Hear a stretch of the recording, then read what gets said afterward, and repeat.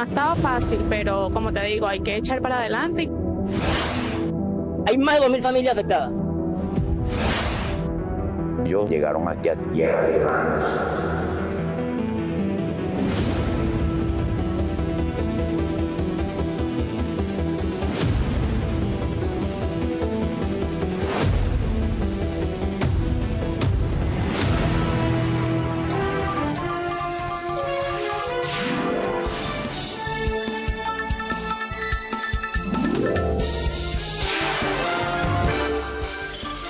El presidente de Colombia ordenó deportaciones de migrantes irregulares.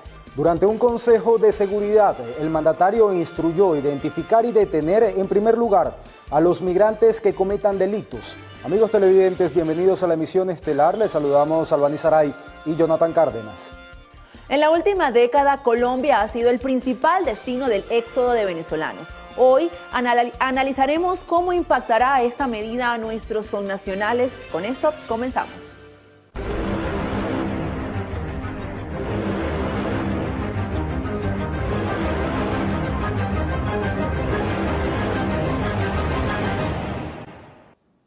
El presidente colombiano Abelardo de la Espriella ordenó a Migración Colombia y a la Policía de Barranquilla poner en marcha esta misma semana operativos para identificar a migrantes en situación irregular y a extranjeros que estén cometiendo delitos. Primero los colombianos, segundo los colombianos y tercero los colombianos, para que le quede claro. En el término de la distancia tendrán que ser deportados. Deportados, esa es una orden presidencial que se debe empezar a cumplir esta misma semana. No voy a aceptar a inmigrantes ilegales de donde sea que vengan que estén cometiendo fechorías en Colombia. Se van y los deportamos. Es una decisión política y yo la asumo. Y es una decisión administrativa, yo la asumo. Según el mandatario, este anuncio forma parte de su estrategia de seguridad, que además busca unificar el trato del Estado frente a las organizaciones criminales y considerar terroristas a todos los grupos armados ilegales, independientemente de su denominación. La política migratoria colombiana hacia los venezolanos ha evolucionado desde el gobierno de Iván Duque entre 2018 y 2022. Posteriormente, el de Gustavo Petro desde 2022 y 2026. El gobierno de Duque caracterizó por la ruptura de relaciones diplomáticas con Venezuela y un enfoque de atención humanitaria articulado en el que el Estatuto Temporal de Protección para regularizar a casi 2 millones de personas. Posteriormente, la gestión de Gustavo Petro priorizó la reapertura fronteriza, el restablecimiento de lazos consulares con Caracas y la inclusión socioeconómica, manteniendo la vigencia del Estatuto Temporal de Protección para impulsar la inserción laboral y el crédito, al tiempo que abordó el flujo de migración en tránsito por el tapón del Darién y promovió esquemas de retorno voluntario. Ahora, según un informe oficial de Migración Colombia para el 2023, elaborados con base al Estatuto Temporal de Protección para Migrantes Venezolanos y los registros del permiso de protección temporal, en Colombia hay un total de 2.845.791 connacionales. Del total, 29.717 se encuentran con estatutos de regularidad. 1.968.180 cuentan con el permiso por protección temporal, 320.369 se encontraban en proceso de regularización y 527.525 en condición de irregularidad. Sin embargo, hay que acotar que estas cifras son de hace 3 años de Migración Colombia. Seguramente en 3 años registraron algún cambio que no se tiene por sentado de manera oficial. El giro en la política migratoria colombiana junto a la designación del teniente coronel José Luis Castañeda como nuevo director de migración ha generado temor e incertidumbre en la comunidad venezolana. También organizaciones de derechos humanos advierten que los nuevos operativos contra extranjeros irregulares representan un retroceso en los avances de regularización logrados en los últimos años. Nos enlazamos con nuestra colaboradora en Colombia, Yasmín Velasco. Adelante, Yasmín. Gracias, Albanis y Jonathan. La decisión del presidente Abelardo de la Espriella ha causado conmoción en distintos sectores de la vida nacional. Y un punto importante es la designación que tendría el teniente coronel José Luis Castañeda como director de Migración en Colombia, lo que ha sido oficializado en la página de Migración. ¿Por qué? Porque proviene de las filas del Gaula de la Policía Nacional, lo que marca una distancia con respecto a directores de Migración Colombia con anterioridad. Esto es un primer punto a tomar en cuenta y que ha llamado muchísimo la atención. Estos operativos, según el presidente, comenzarían en Barranquilla y de forma simultánea en otras ciudades del país, pero hasta ahora, hasta que no se formalice o se designe o asuma hoy o mañana como director de Migración, el protocolo a seguir en estos operativos contra la migración ilegal, como lo ha calificado el presidente, se desconocen. Sin embargo, lo cierto es que esta información ha causado reacciones, como repito, especialmente en la comunidad venezolana, que es la primera comunidad migrante, la mayoritaria en Colombia, por las razones que ya sabemos: miedo e incertidumbre. Nosotros conversamos con Gisela Serrano de Maguampi, Venezuela, y hablaba de que era prácticamente esta decisión un retroceso con respecto al proceso de regularización que inició el expresidente Iván Duque, y que ahora queda prácticamente en una laguna. Por lo tanto, esta información traerá muchísima cola en las próximas horas cuando se conozca en estricto el proceso contra estos migrantes ilegales, como lo ha calificado el presidente, y la forma en que se van a iniciar, si son simultáneos o no. Esta es la información que mantenemos hasta este momento. Bueno, horas de incertidumbre las que pasan los venezolanos en Colombia, tomando en cuenta que aún se desconoce por completo estos protocolos que van a llevar a cabo para la deportación no solo de venezolanos, sino del resto de migrantes que se encuentran en el país neogranadino. Y a propósito de esto, las declaraciones del presidente de Colombia encendieron las alarmas en la región fronteriza. Analistas en la materia aseguran que, de llevarse a cabo esta medida, cerca de 600.000 venezolanos radicados en la hermana república quedarían en extrema vulnerabilidad.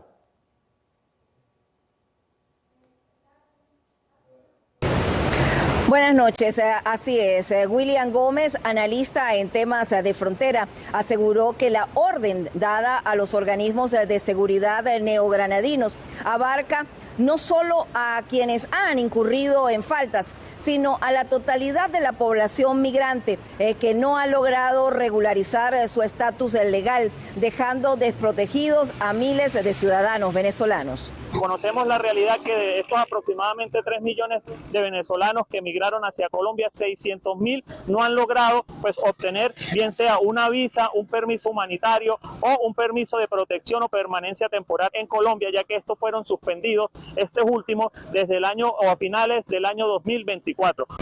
Este analista en temas fronterizos aseguró que lejos de representar una carga socioeconómica, la diáspora venezolana ha significado un motor clave para la dinámica comercial y demográfica del territorio colombiano, ya que hay informes socioeconómicos que revelan que un alto porcentaje de esta masa de trabajadores posee formación técnica y universitaria de alto valor productivo. Es lo positivo que ha traído tanto para la economía colombiana, que es tanto así que aporta un 3.7% al Producto Interno Bruto de Colombia, como también ayuda a lo que es el índice de natalidad dentro de Colombia, y por otro lado que la fuerza laboral de Colombia, sabemos que la migración venezolana, más del 57% tiene un grado de estudio y de conocimientos técnicos. Esta es la información que tenemos a esta hora. Con ella regresamos con ustedes a los estudios. Albanis, Jonathan. Bueno, y para analizar más a profundidad este tema, vamos a establecer un contacto en vivo con Mauricio Cárdenas Santamaría, economista y político colombiano. Fue ministro de Hacienda, candidato presidencial para las elecciones de 2026. Profesor, ¿qué liderazgo global de la Columbia University? ¿Qué ocurrirá con los miles de venezolanos que se encuentran en el limbo jurídico? Es decir, aquellos que, digamos, se registraron en el Registro Único de Migrantes, pero que aún no han recibido el plástico de su permiso de protección temporal. ¿Serán vulnerables a estas deportaciones? Bueno, Colombia es un país con una tradición garantista y una tradición también muy sólida en que el marco legal crea unos derechos y cuando una persona inicia un proceso, pues tiene que poder terminarlo y concluirlo. Yo creo que las Cortes en Colombia, cuando este caso les llegue, van a fallar en esa dirección, en ese sentido.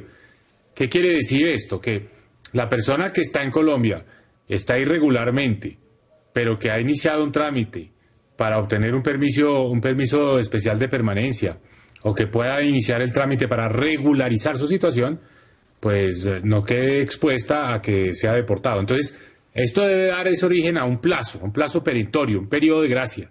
Quien no esté regularizado, y parece que hay 800.000 personas en esa condición, pues que tenga la posibilidad de hacerlo, pero que no sea deportado sin haber tenido esa oportunidad. Caso muy diferente es el de los extranjeros que, aún teniendo su situación regularizada, cometen delitos.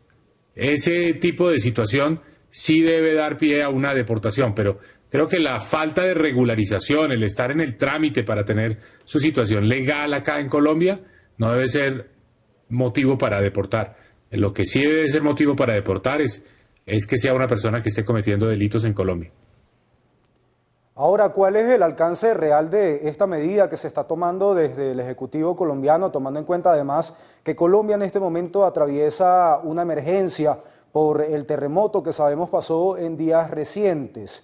Y bueno, sí, se le debería dar prioridad al tema migratorio en un momento histórico como el que atraviesan en la hermana república en este momento. A ver, Colombia ha sido un país generoso, receptivo de la migración venezolana. Ya decían ustedes mismos, 2,8 millones de venezolanos viviendo en el territorio colombiano. Y fíjense lo interesante, ha habido 3 gobiernos sucesivos que han tenido que enfrentar este fenómeno. El gobierno de Juan Manuel Santos, podríamos decir un gobierno de centro, el gobierno de Iván Duque, un gobierno de derecha, el gobierno de Gustavo Petro, un gobierno de izquierda. Los 3 gobiernos tuvieron una política muy parecida frente al tema de la migración venezolana, muy coherente, muy consistente, garantista de darle derecho, generosa de darle la receptividad al venezolano, de responder a esos lazos de hermandad entre los dos países.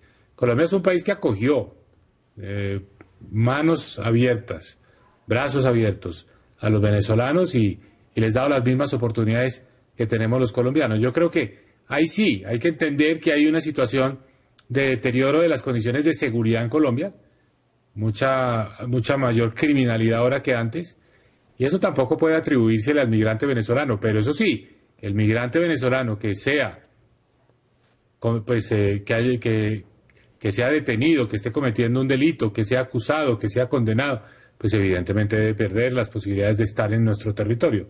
Pero eso es distinto, esos son personas que cometen delitos. Sí, hay un grupo de venezolanos que han cometido delitos, pero la inmensa mayoría no. La inmensa mayoría está trabajando duro en Colombia y a ellos hay que ayudarles y protegerles. Si nos vamos con la Constitución, ¿hasta qué punto la legislación colombiana y pues la Constitución permiten la realización de estos operativos masivos de detención y deportación sin violar el debido proceso y el derecho de asilo establecido en tratados internacionales? Bueno, vamos a ver también la aplicación de estos anuncios. No hemos visto todavía pues el desarrollo de las actividades. No sé, son anuncios que se han hecho, pero hay que ver cómo se van a aplicar.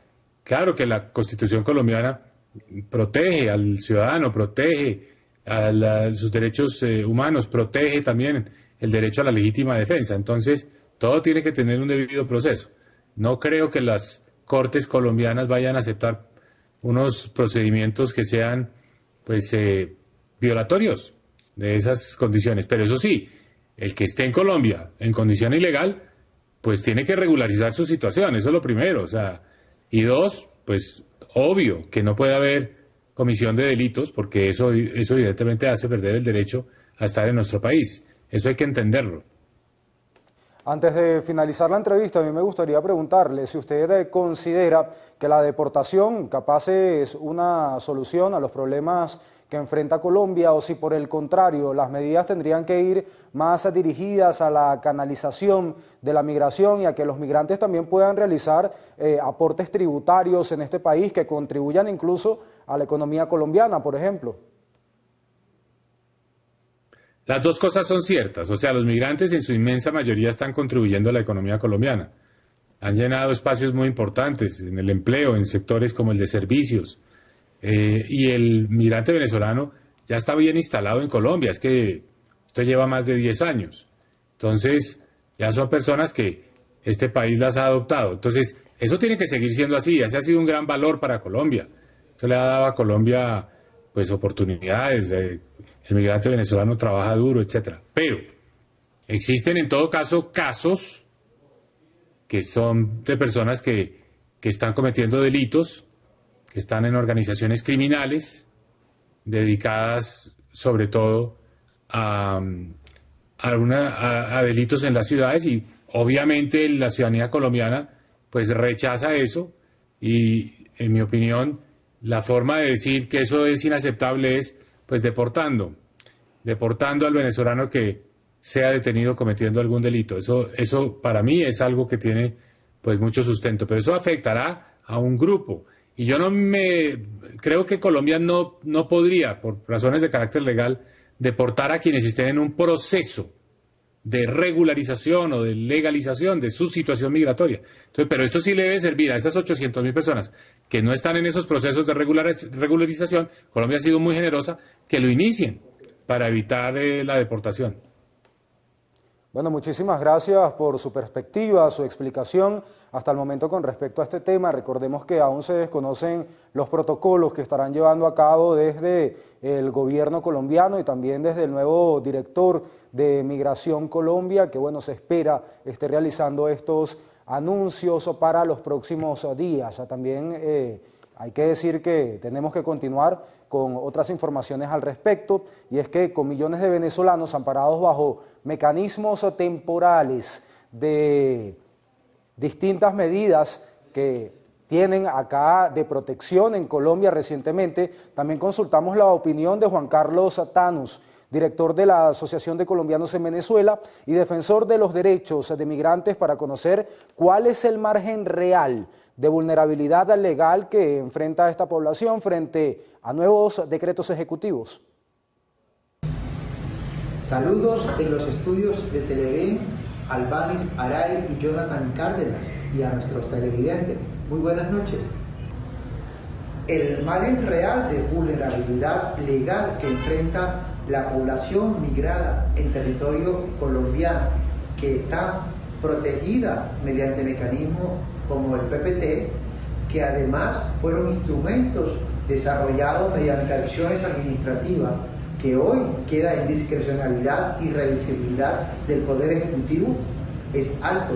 Es decir, esta población va a quedar al margen de una política del nuevo gobierno que ha mostrado un tinte xenófobo, sobre todo con los sectores migrados en general, pero en particular con la población de origen venezolano en territorio colombiano.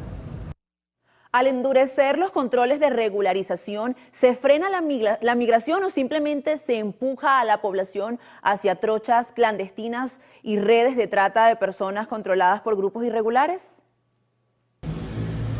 Cuando se toman medidas de persecución contra una población que tiene una condición especial de vulnerabilidad, es una población que está protegida por el Estado, una población a la que se le otorgó el PPT, una población a la cual se le invitó a quedarse 10 años en el país, pero luego, mediante acciones de fuerza, el gobierno, el Ejecutivo Nacional pretende imponer medidas. Sin duda alguna está desviando estas corrientes migratorias hacia las grandes mafias, hacia las trochas, y van a terminar generando procesos de más aceptación en una sociedad de vulnerabilidad, porque sin duda alguna esta política de persecución a los grupos migracionales colombianos no va a generar bienestar, por el contrario, va a generar zozobra y en particular cuando se incurre en este tipo de decisiones, se termina empujando a la población vulnerable a las grandes mafias delincuenciales. Bueno, esperamos que las medidas tomadas por el presidente neogranadino Abelardo de la Espriella se orienten a lo que las motiva, la paz y la seguridad del vecino país, y no repercuta de manera negativa en uno de los grupos migratorios más grandes radicados en la región, como lo es la comunidad venezolana en Colombia.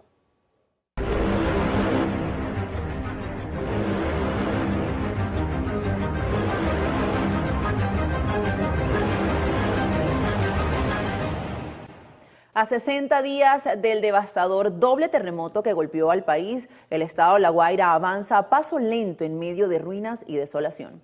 Mientras las cuadrillas del estado priorizan la remoción de escombros en las zonas de mayor derrumbe, la población intenta reconstruir su día a día, enfrentando la pérdida de miles de empleos y el impacto directo en la actividad comercial. Nuestro compañero Manuel da Silva con los detalles. Adelante. Saludos muchachos, como bien dijeron, ya han pasado 2 meses de esta tragedia que enlutó a todo un país.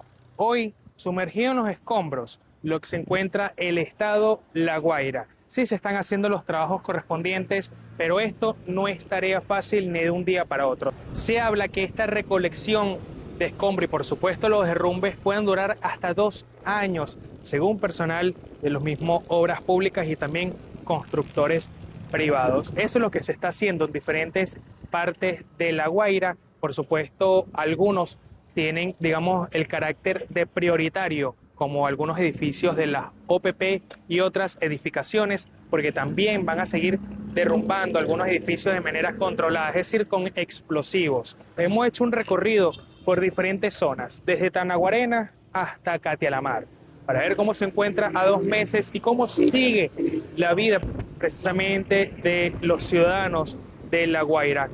Algunos han retomado ya su cotidianidad, es decir, sus labores, pero muchos que están desempleados han tenido que improvisar puestos de trabajo. Nosotros conversamos con algunas de ellas, vamos a escuchar lo que nos dijeron. Normalmente siempre hago domicilio, donde me llamen, mi sustento. Bueno, no ha estado fácil, pero como te digo, hay que echar para adelante y confiar siempre en Dios.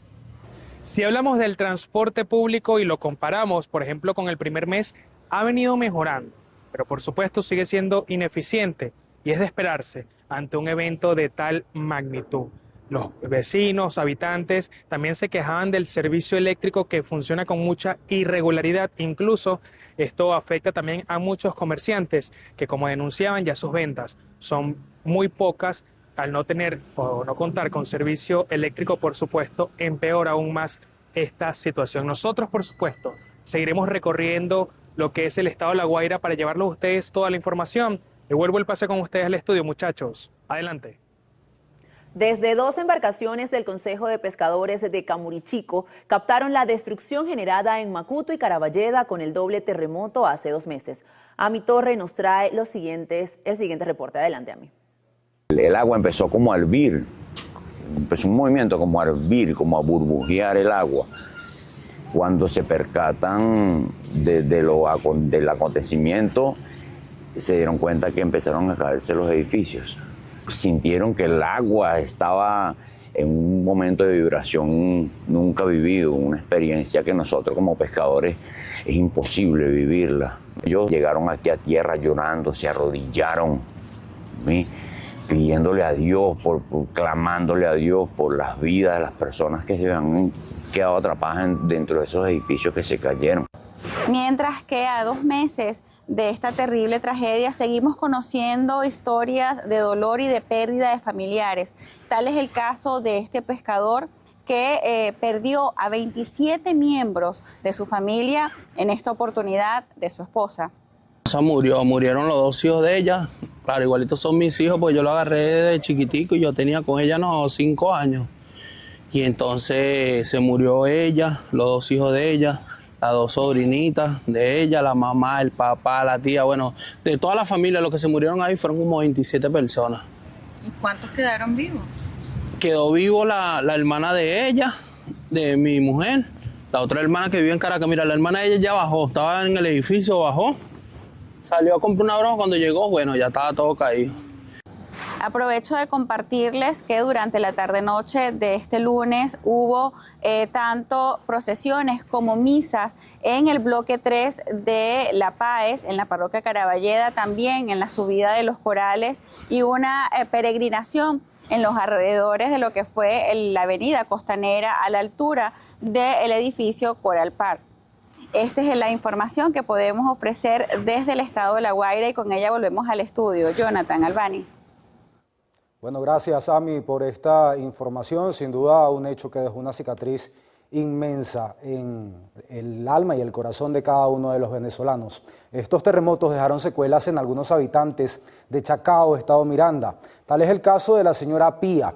Los movimientos telúricos no solo afectaron las edificaciones, sino también su salud mental. Daniel Álvarez Rojas, a esta hora, con la señora Pía. Buenas noches, Daniel. Albanis, Jonathan, buenas noches. Estamos en la residencia Don Emilio, en la calle Sucre de Chacao. A mi lado, la señora Pía, quien nos va a contar qué pasó con su apartamento. Bueno, el día del terremoto, se cayeron el friso de todas las paredes y bueno, esta pared, tanto mi apartamento como los del 4 para abajo, se debe de tumbar. Y bueno, puro desastre. Cuénteme, ¿cómo ha cambiado su vida este doblete sísmico? Ha cambiado bastante porque nos dimos cuenta que la vida no es nada, que en cuestión de segundos todo nos cambia. El día del terremoto agarré mi perrito y dije, bueno, hasta aquí llegamos, porque fue lo que sentí. Y bueno, sí nos ha cambiado bastante. Señora Pía, estamos en la que era su habitación, ¿ya no está durmiendo acá, me dijo? No, yo no duermo aquí desde el día del terremoto, y menos que no puedo dormir porque tengo una pared que tiene un peligro, que sería esta pared. Esta pared que está totalmente desprendida. Totalmente desprendida, da hacia la avenida, y esta pared que ya empezó con un huequito y ahora ya con las lluvias ya me llueve adentro, la tengo que tener con puros trapitos para que no llueva, y estar pendiente de cambiarle, como quien dice, los trapitos. Bien, señora María Pía, si mi camarógrafo me permite, José Bello, vamos a mostrar por acá, esta pared está a punto de colapsar. La señora María Pía nos decía que han puesto la cinta amarilla abajo y la quitan, pero fíjense acá cómo se ve que está totalmente desprendida, está en el aire, ¿no? Sí, casi en el aire. De todas maneras, hoy vamos a tener una entrevista con un ingeniero privado y vamos a ver si se empieza ya la obra, porque esperar por la alcaldía es mucho tiempo, entonces vamos a ver cómo es el asunto. Claro, igual hace falta la colaboración de la alcaldía porque tienen que cerrar la calle y todo esto. Ahorita viene el proceso de toda esta cuestión. ¿Qué requieren de la alcaldía? ¿Cómo les pueden ayudar? Bueno, la alcaldía en realidad tiene ya los datos de todos los apartamentos y que alguien se apersone, pero es que ya se han apersonado. El problema es que hay muchos edificios, eso yo lo puedo entender. Somos muchos los edificios y nosotros tenemos etiqueta verde, no tenemos etiqueta amarilla ni roja. Y de los apartamentos estamos esperando que nos toque el censo. Gracias, señora Pía. Gracias por abrirnos las puertas de su casa. Es la información que se produce desde Chacao, Albany, Jonathan. De esta forma retornamos al estudio. Continuando con otras informaciones, la presidenta encargada de la República, Delcy Rodríguez, anunció una disminución de casi 18% en la brecha cambiaria en el país. Esto durante la presentación de un balance sobre la recuperación y estabilidad económica a 2 meses de los terremotos. En los últimos meses, estos 2 meses, hemos pasado de una brecha de casi el 30% al 12.3%. Detrás de ese número hay algo muy concreto, que una familia pueda organizar mejor sus gastos, que sus ingresos le rindan más, que un comerciante pueda fijar sus precios con mayor certeza y que una empresa pueda planificar e invertir. Destacó que continúan trabajando para reducir la burocracia a través de la simplificación de trámites, ampliación de los servicios digitales y la creación de un sistema tributario más simple y automatizado. Por otro lado, destacó que avanzan en trabajos conjuntos con la Cruz Roja para evaluar la situación en la que se encuentran diversas cárceles del país. Esto en relación a temas de salud.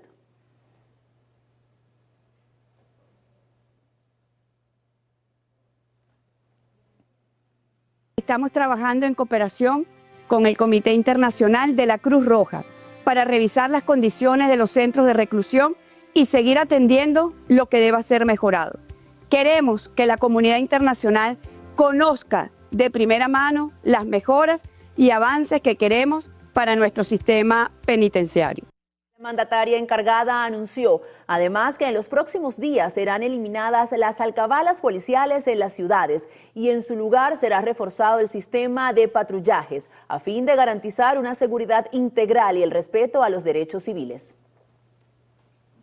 Bueno, una interesante medida esto último de la eliminación de las alcabalas, sobre todo en aquellos estados fronterizos que tiene el país. Amigos televidentes, cuando son exactamente las 10:29 de la noche, es momento de revisar cómo estarán las tasas oficiales de cambio según el Banco Central de Venezuela para este martes. Vamos a comenzar con el dólar. Tenemos que se ubicará en 785.06 bolívares. Ahora con respecto al euro, estará en 916.02, o para que estén atentos al momento de realizar sus respectivos pagos en los comercios. También es momento de que realicemos nuestra primera pausa acá en la Misión Estelar. Al regreso, al menos 100 viviendas fueron afectadas en el municipio Carrizal del estado Miranda, producto del paso de la onda tropical número 40. Ya venimos con más información. Lo que el pueblo necesita para gozar de libertades es su emancipación económica, base inconmovible de la verdadera libertad. Ricardo Flores Magón.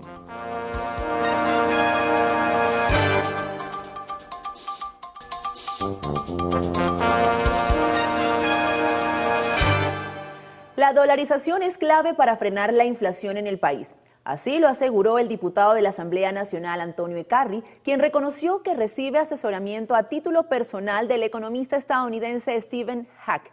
Este pronunciamiento se produce luego de que el presidente del Parlamento, Jorge Rodríguez, descartara el uso del dólar como moneda oficial del país y acusara a Ekarri de vulnerar el marco jurídico del país.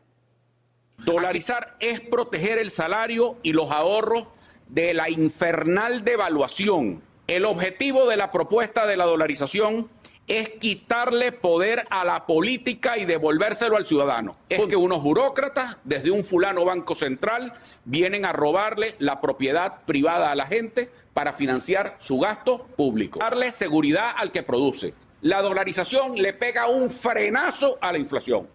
En este sentido, Ekarri negó que haya contratado al profesor Steve Hank en nombre de la Asamblea Nacional, por lo que calificó su destitución del Grupo de Amistad Parlamentaria Venezuela-Estados Unidos como inconstitucional. El uso de la fe como mecanismo de captación económica y control psicológico constituye un fenómeno bajo continuo examen de la teología y la sociología religiosa. Diversas estructuras manipulan las creencias de poblaciones vulnerables para convertirlas en un modelo de negocio que genera millones de ingresos libres de fiscalización. El engranaje opera mediante la transacción espiritual. Se condiciona la salud, la estabilidad financiera o la resolución de crisis personales a una donación previa o semilla. Y le voy a decir algo, escúcheme, y véalo. No es que yo lo desee, es que es así, es un principio. Lo que usted no da de diezmo a la iglesia, por otro lado se le va. Algo se le daña en la casa. Una familia se enfermó, hay que mandar no sé qué cosa, algo hay que pagar, cosas rarísimas que no tienen sentido. Estas declaraciones, realizadas por la pastora dominicana Yesenia Teng, causaron revuelo en las redes sociales.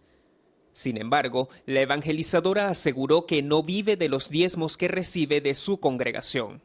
Cuando las promesas de retornos multiplicados o sanaciones milagrosas fracasan, la narrativa traslada la culpa a la víctima, argumentando falta de fe o insuficiencia en el monto aportado.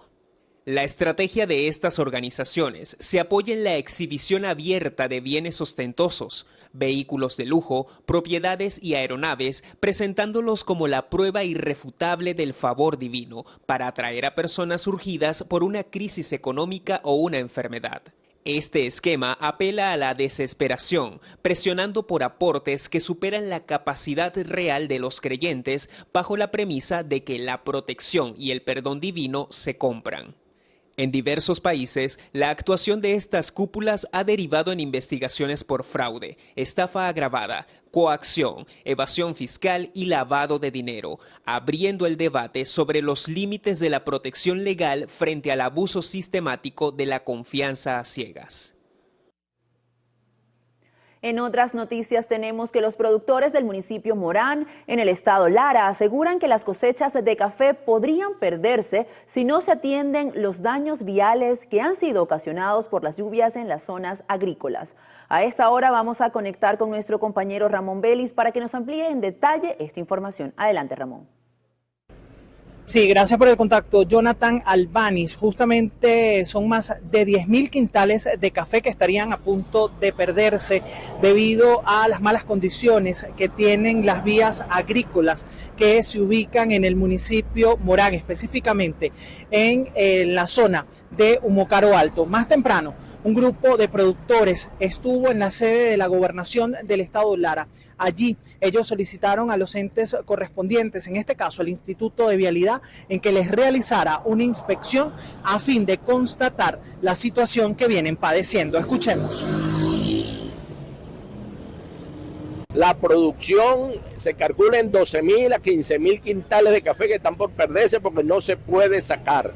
Esto significa el sustento de miles de familias que estamos viviendo en la zona alta y nosotros necesitamos que usted nos ayude. Hay más de 2.000 familias afectadas. Toda la parroquia Candelaria está bajo la amenaza de que no puede salir.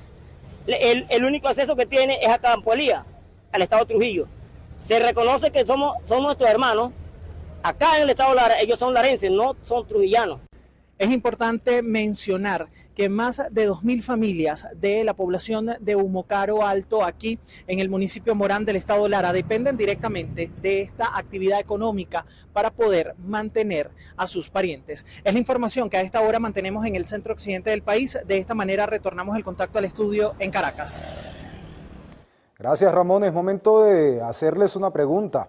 ¿Tu presupuesto familiar está listo para lo que viene? En Flash Económico desglosaremos los 4 elementos decisivos que influirán en el valor de la divisa durante la segunda mitad del año.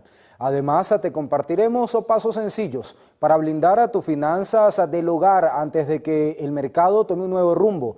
Vamos con Fabián Campos.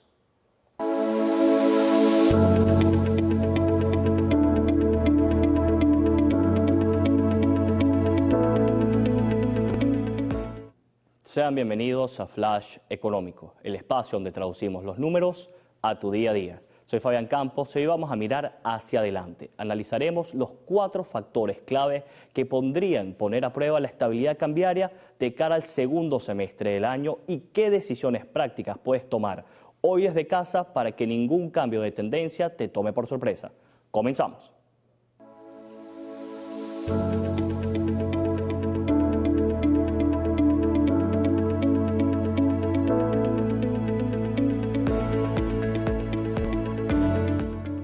Durante las últimas semanas hemos presenciado un comportamiento particular en el mercado cambiario. La brecha entre el tipo de cambio oficial del Banco Central de Venezuela y la cotización no oficial se redujo de manera considerable, situándose alrededor del 14,4% al cierre de julio, luego de haber superado el 36% en abril y picos mucho mayores a comienzos de año. Esta comprensión se logró gracias a una aceleración controlada en el ajuste del tipo de cambio oficial y a una mayor colocación de divisas en las mesas de cambio. Sin embargo, en finanzas personales, el éxito radica en anticipar lo que viene. Para la segunda mitad del año existen 4 alertas técnicas que debemos monitorear muy de cerca. Primero, el riesgo fiscal. Históricamente, el cierre de año concentra un mayor volumen de pagos y compromisos de bolívares. Si esa liquidez entra al mercado más rápido de lo que se absorbe, la demanda de cobertura suele activarse de inmediato. Segundo, el riesgo de oferta. La oferta de divisas en la banca depende directamente de los ingresos por exportaciones petroleras y de los tributos. Cualquier variación en estos flujos reduce el volumen de ventas en mesas de cambio. Tercero, el de riesgo de ancla. Si el ritmo de ajuste de la tasa oficial se frena mientras los bolívares siguen circulando y siguen creciendo, entonces la brecha cambiaria tiende a presionar al alza. Y cuarto y último, el riesgo de expectativas en el mercado P2P. Cambios operativos o de demanda en plataformas digitales informales pueden generar movimientos de corto plazo en las cotizaciones. ¿Y cómo se traduce esto entonces en tu vida cotidiana? En que la estabilidad actual es una ventana de oportunidad para ordenar tus cuentas, pero no para descuidar el presupuesto. Sabiendo que el segundo semestre suele ser más dinámico, ¿qué puedes hacer hoy desde tu hogar o pequeño negocio? Aquí tienes 3 recomendaciones concretas. Anticipa gastos siempre que puedas. Mientras se mantenga algún costo de adquisición de las divisas, maximiza el uso de bolívares. Monitorea el termómetro de la brecha. Mantén como referencia un rango de la brecha cambiaria que tus finanzas puedan soportar. Mientras el diferencial se mantenga en esos niveles, prioriza tus operaciones a través de los canales bancarios formales. Si observas que la distancia comienza a crecer, enfócate en acelerar la rotación de tu dinero hacia bienes reales. Y no dejes dinero sin moverse. La velocidad de pago es tu mejor aliada. El dinero en activo pierde valor. Y esto nos lleva a la pregunta del día. Fabián, si vemos la tasa relativamente estable, ¿por qué los analistas insisten en planificar sobre estos riesgos a final de año? La respuesta está en la estacionalidad de la dinámica cambiaria. Hacia el cierre del año, la circulación de bolívares aumenta de forma natural por el pago de utilidades, contrataciones e incluso compras navideñas. Si ese incremento en la masa monetaria coincide con alguna demora en la disponibilidad de divisas, el mercado reacciona buscando protección. Conocer estas 4 alertas no es para alarmarse, es para gestionar tu flujo de caja con criterio profesional y anticipación. Y recuerda el tip del día. En las finanzas personales, la estabilidad no es para confiarse, sino para prepararse. Quien planifica con tiempo su cierre de año, protege su patrimonio. Soy Fabián Campos y nos vemos en un nuevo segmento para seguir actualizando tus finanzas aquí en Televen.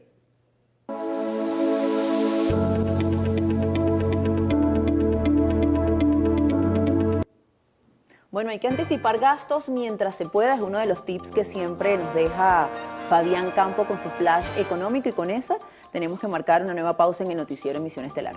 Al regreso, Estados Unidos lanza operación para asfixiar económicamente a Irán y amenaza con sanciones a sus socios.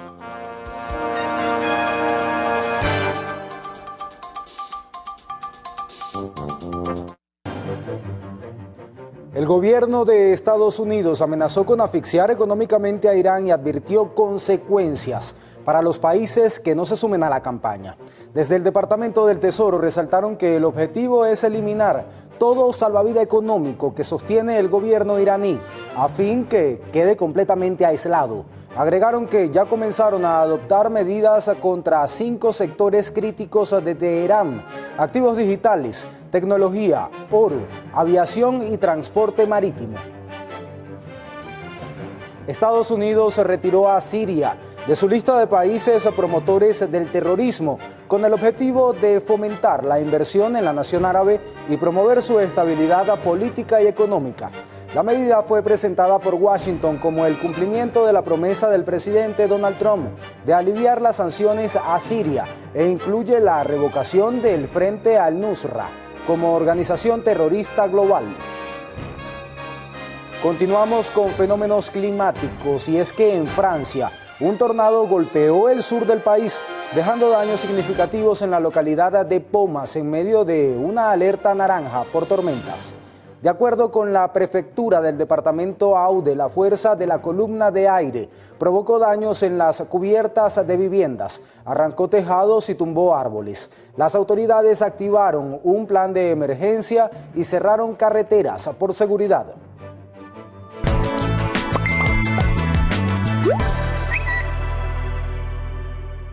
Ahora vamos a hacer una revisión de las noticias de último momento que circulan en los diferentes portales, redes sociales y diarios digitales del mundo.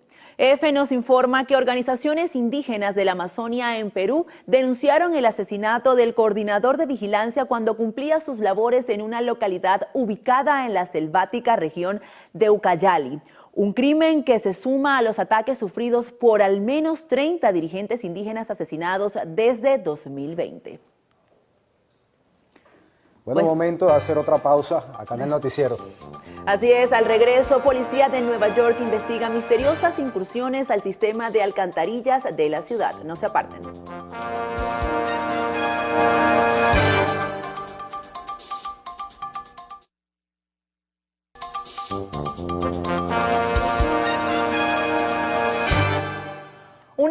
Universidad de Seúl en Corea del Sur abre la puerta a una forma mucho más sencilla de detectar el cáncer de estómago y el colorectal a través de las bacterias de la boca. Los investigadores hallaron que los pacientes con estos tumores presentan en el intestino las mismas bacterias que en la cavidad bucal. Lo más llamativo es que una simple muestra tomada con enjuague bucal demostró ser más precisa para el diagnóstico que los exámenes tradicionales de sangre oculta en heces. El equipo médico prepara ahora ensayos clínicos para validar este método y convertirlo en una alternativa rápida, eficaz y no invasiva para la detección temprana. La ONG Human Rights Watch denunció que Facebook y TikTok han contribuido al drástico aumento del reclutamiento infantil por parte de grupos armados en Colombia y en algunos casos sus algoritmos parecen incluso promoverlo. La organización llamó la atención sobre las publicaciones que glorifican la vida armada y presentan ofertas de trabajo engañosas, precisando que la mitad de las víctimas fueron indígenas. Por su parte, Meta y ByteDance aseguran haber removido todo el contenido señalado. La policía de Nueva York, Estados Unidos, mantiene las investigaciones sobre una serie de misteriosas incursiones de personas con herramientas y trajes especiales al sistema de alcantarillas de la ciudad. Vecinos y autoridades locales miran con desconcierto las imágenes de grupos de personas que en medio de la madrugada emergen a las tuberías subterráneas. Las hipótesis apuntan a que se trata de cazadores de tesoros que esperan hallar piezas de valor en el drenaje.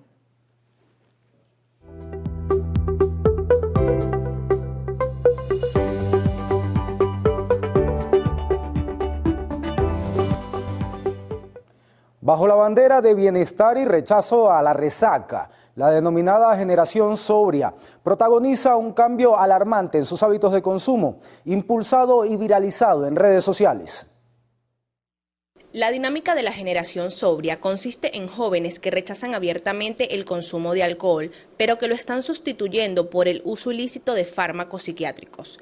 Sustancias como ansiolíticos son ingeridos sin ningún tipo de acompañamiento profesional antes de asistir a reuniones, con el único objetivo de superar la timidez y evadir la ansiedad social. En plataformas digitales, creadores de contenido promueven la estética de la sobriedad y el autocuidado, pero de forma paralela los algoritmos facilitan la difusión de tendencias donde se normaliza el uso de pastillas como una alternativa supuestamente limpia para salir de noche. Especialistas en salud pública y toxicología alertan que el consumo desinformado de esta sustancia genera consecuencias neurológicas a largo plazo, comprometiendo gravemente las funciones cognitivas y la memoria. Los expertos explican que los jóvenes recurren a estas sustancias para tolerar entornos sociales cotidianos y publicarlo en redes bajo la etiqueta de un estilo de vida real. Sin embargo, este consumo esconde un grave riesgo. En lugar de solucionar la fobia social, la refuerza al acostumbrar al cerebro a operar bajo anestesia química, generando una dependencia farmacéutica invisible, cuyos síntomas de abstinencia son severos. Trasladar la dependencia de la botella al blister de pastillas evidencia que la validación virtual está sustituyendo las herramientas emocionales reales. La verdadera salud no se encuentra en el aislamiento químico, ni tampoco en la estética de un perfil de redes sociales, sino en la capacidad de interactuar, disfrutar y conectar con el entorno social de manera auténtica, libre de cualquier tipo de sustancia.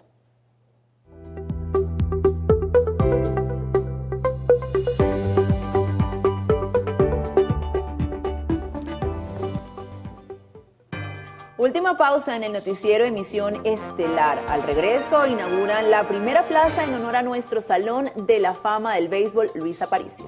No se aparten, enseguida volvemos con información deportiva.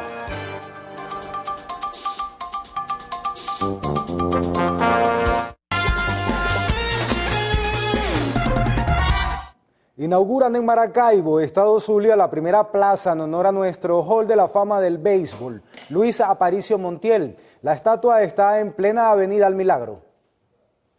La estatua está justo en la entrada de Santa Lucía, en la Avenida El Milagro, en el lugar donde empezó todo, donde Luis Aparicio practicaba y soñaba con destacar en el béisbol, y vaya que lo hizo. Hoy padre e hijo, que llevan el mismo nombre, reciben el reconocimiento de la alcaldía de Maracaibo. Aquí estamos representados todos, ahora le toca a todos ustedes llevar una campaña de conservación y de protección de ese que vamos a hacer.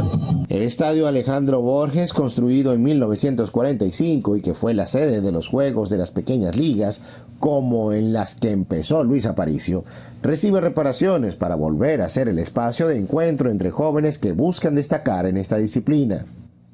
De tanto tiempo el estadio en esas condiciones y por fin vamos a tener la recuperación de ese estadio que es ícono de nuestro municipio de Maracaibo. La obra la hizo el escultor Josué Benjamín Figueroa y es la única plaza de Venezuela dedicada al Hall de la Fama del béisbol. Desde el estado Zulia, Lenín Daniel y Televen.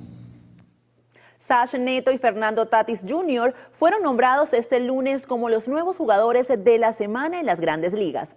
El campo corto de los Angelinos de Los Ángeles se llevó el galardón en la Liga Americana tras batear para 500, conectar 7 extra bases e impulsar 9 carreras, destacando su jornada del 20 de agosto con un home run y 7 remolcadas ante Houston. En la Liga Nacional, el dominicano de los Padres de San Diego obtuvo la distinción por su 4ª vez en su carrera al registrar un promedio de 480, producto de 12 imparables en 25 turnos, sumando 4 cuadrangulares y 11 carreras traídas al plato. El Miami Heat de la NBA adquirió al basquetbolista Klay Thompson en su último gran movimiento de este verano. El alero, cuarto en la lista histórica de triples anotados en la liga, arribó al quinteto de Florida con un contrato de 2 años y $11.5 millones de salario. Thompson llega tras las adquisiciones de Giannis y el pívot Bam Adebayo para complementar el ataque de Miami. El jugador de 34 años destaca por acumular un registro de 41% en triples a lo largo de su carrera y 11 temporadas en las que ha anotado más de 200 tiros. Pues y de esta manera culminamos el noticiero en su emisión estelar.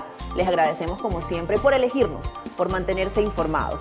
También para revisar nuestros reportes y transmisiones completas, visiten nuestro canal de YouTube Televen TV y sigan nuestras cuentas oficiales en redes sociales. Nuestra próxima cita informativa será mañana a las 6 de la mañana en el noticiero Primera Emisión, después del himno nacional. Feliz noche para todos. Quédense en la señal de Televen, que están todos.